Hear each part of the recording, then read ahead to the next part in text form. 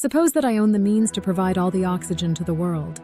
Is it a categorical imperative that I run the motors that produce the oxygen? Suppose further that we uncover many billions, more than the number of humans, of alien babies who are alive and developing, but are deathly allergic to oxygen. Because there are so many of them, we cannot protect them from the oxygen. Who would we appeal to resolve this matter? We have a number of choices for universal law.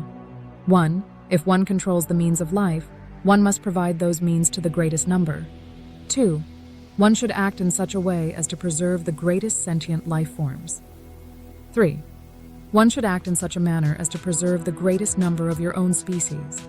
Now, 1 was in operation until we discovered the alien babies. Once the babies were discovered, one develops qualms about continuing with this CI. So, does that mean that I must consider every conceivable possibility when I judge a CI?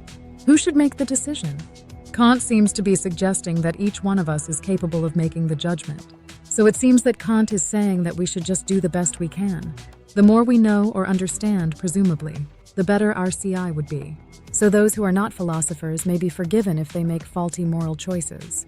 I suppose we would memorialize this maxim in our laws, which are not necessarily related to morality, I know. But it seems to me that he has a decent idea here for practical evaluation of planned actions. Yet he does not have a complete moral theory. In summary, the thought experiment reveals that no single categorical imperative, CI, can perfectly address every conceivable circumstance.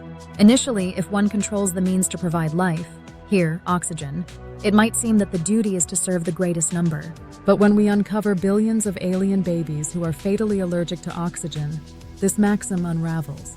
We are forced to ask, should our moral law prioritize all sentient beings equally, or should it give special weight to our own kind? Kant appears to suggest that each rational agent is capable of moral judgment, that we should do the best we can, based on the knowledge we have, even though our maxims might be imperfect. In practice, this means that while our laws and moral guidelines must strive for universality, they must also be flexible enough to incorporate new, morally significant information. Ultimately, the process of moral deliberation is ongoing and inherently imperfect. Kant's framework thus offers a practical tool for evaluating actions and revising our maxims as our understanding grows, even if it does not provide a complete moral theory. Non-philosophers, and even philosophers, may occasionally err in their judgments, but the key is to continue refining our ethical standards in light of both reason and experience.